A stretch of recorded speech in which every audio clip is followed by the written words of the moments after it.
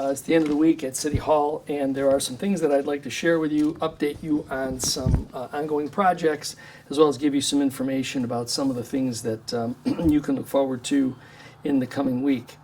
As you know, we have a very vigorous program to improve many of our parks throughout the city, and I'm happy to report that all the picnic shelters and other shelters in Hyde Park have had new roofing placed on them, metal roofing, something that'll be more durable, as well as give it a better visual appeal. So I appreciate the work done by our contractors in that. You'll see additional improvements going on all throughout the parks. Two other parks, 91st Street and Gill Creek, are also close to completion with regard to the buildings that are being upgraded there. Also, Black Creek Park is nearing completion as well, with some playground equipment, grill, clearing out some brush, and then improving as well the gazebo shelter that is out there. As well, in Hyde Park, the animal shelter construction is going along on schedule to date. We're also happy to report that the temporary facility seems to be working out well. For residents, I'd like to invite you to, if you need mulch, there is free mulch available for residents. I know this is the time of year when people are out there doing things with their gardens and their yards, but there's free mulch. It's located the south parking lot of the Ice Pavilion. As you go all the way toward the back, you'll see it there. It's free. Take what you need and use it for your yard. This is also the season for street repair, and our crew was out completing 79th Street, and weather permitting, of course, 78th Street is next on the list. We're really working from the east side of the city moving west, so there'll be more street improvements throughout the summer. Along with that, as overtime is available, the crew is also shifting to pothole repair. So that's an ongoing process through the use of overtime after our crew is done fixing streets to the extent they are able. They're also going out and filling some potholes. The pothole killer will also be in town for some of the lesser problems starting next week. Tonight is opening night for the Niagara Falls Americans. 6:30 is the slated time for the first pitch. Let's get out there and support our local team. This is their second year. It's exciting baseball, collegiate baseball. I think everyone would agree that last season it was exciting to watch them play. So let's get out there and enjoy them starting tonight. After the game tonight, there is a fireworks display after the game. So come on out to the ballpark. The weather is to clear as we go through the day. So come on out. 6:30 is game time start. Come on out and watch the Niagara Falls Americans, your local team, square off. I think they're playing against a team from Canada tonight. So let's get out there and support our local team. Plus, you'll also be able to see the new look of the stadium. There's been some repainting done. We're in the process. We've taken delivery of some of the new equipment that's going to be put in as part of the overall improvement of the park as well as the stadium. All of those things should be unfolding over the course of the next several weeks. But come on out and enjoy the Americans. As promised, Food Truck Thursdays are back, and they will start on June 26th. There'll be a full slate of opportunities throughout the months of June all the way through August. If you are not on the text alert system, please consider joining. You text the word resident to 716-325-5723, 716-325-5723. Text the word resident to that number. You'll know about events that are happening, street repair that's going on. A whole host of things come through directly to residents who join the text alert system. We don't gather data. We don't do anything with the information other than provide information out to residents. So remember, that is 716-325-5723. Text the word resident to that number. There'll be a few prompts that you'll go through, and then you'll be connected to the system and be able to get all the information that you need.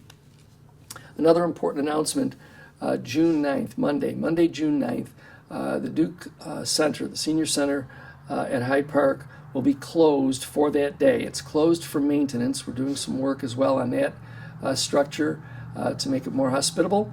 So it'll be closed that day for maintenance, but it will reopen on Tuesday. So all of the programming, all of the things that typically go on at the Duke Center will be closed for Monday only. It'll reopen again on Tuesday, June 10th. Okay, so please remember that, mark that down.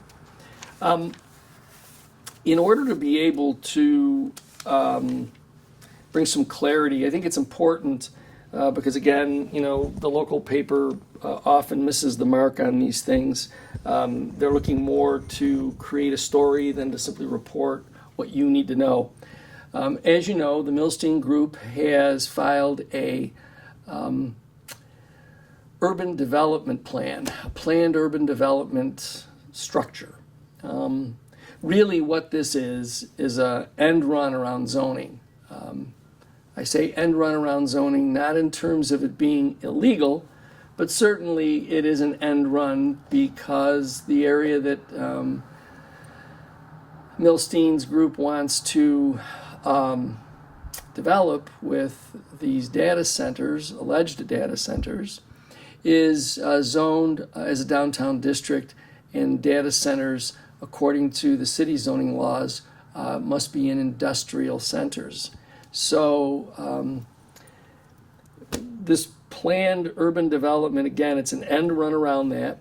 But I think some of the things that this highlights is that, of course, the city isn't depriving the Milstein Group of the process. They provided us several weeks ago, or maybe a month or so ago, with their original planned urban development. It was incomplete. It was insufficient. We sent it back with suggestions, again, cooperating and participating, and they submitted this next document. There's a process that it has to go through.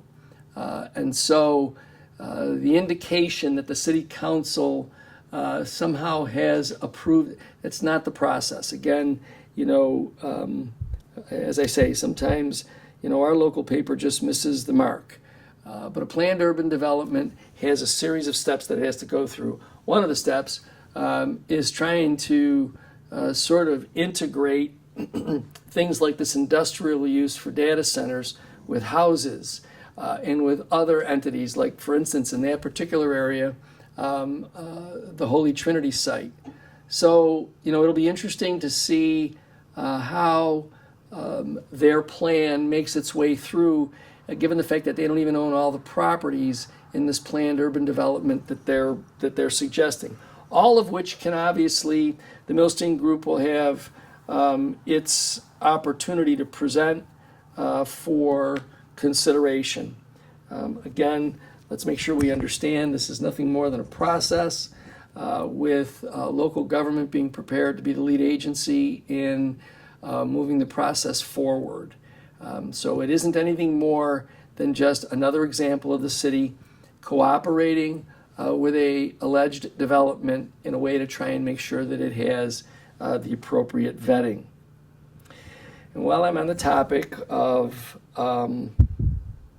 things that get reported that obviously often miss the mark, again, the Gazette, specifically Mr. Scheer, misinforms people by suggesting that this feasibility study that seems to be very much in their focus there's never been a suggestion that it's not going to be disclosed to the public. Never insinuated that it wasn't going to be disclosed to the public.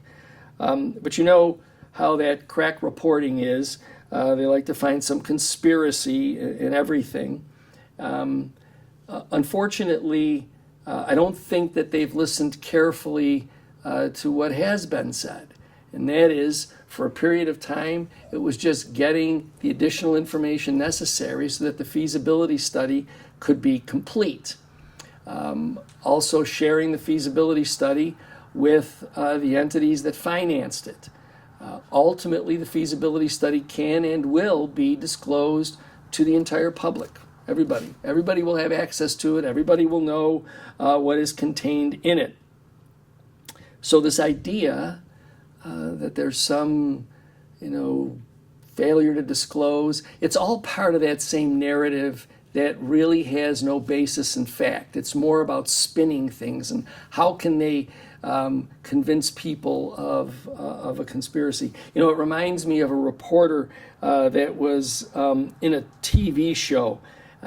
His name was Jimmy, and I can't remember his last name, but that's kind of what it's like, looking for some nefarious story somewhere hidden in there.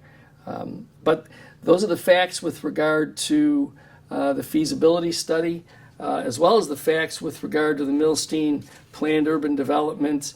It's nothing more than, again, an end run around the zoning process, an effort to try and get what they would like to build in a place where it's typically not permitted. So more on all of that as it begins to wind its way through the process.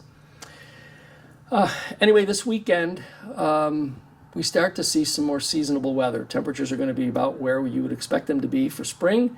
So if you're going to be out and around, just again, please enjoy the outdoors. I think all of us can agree that it was just an unusual winter, and of course the beginning of spring was also a little bit cranky, I guess. So now that you can get out and around, please make sure that you're safe. Be mindful of our disabled residents that move along on the sidewalks, and as well as be mindful of bicycles and scooters and all of the other vehicles that operate along our roadways. We know that more and more of our guests are coming in, regional as well as international, so be mindful of traffic delays in some areas because that will happen as the season continues to unfold. So if you're going to be out and around, please make sure that you are careful. Again, I invite everybody, please come down. Tonight is opening night for the Niagara Falls Americans. Their next game will be Sunday at 4 o'clock. So if you can, get out, support your local team. I think you'll find the environment exciting. I think you'll find the talent exciting. It's good baseball. So come on out to Hyde Park and enjoy that. And again, be safe, be careful this weekend, and I look forward to talking to you again next week.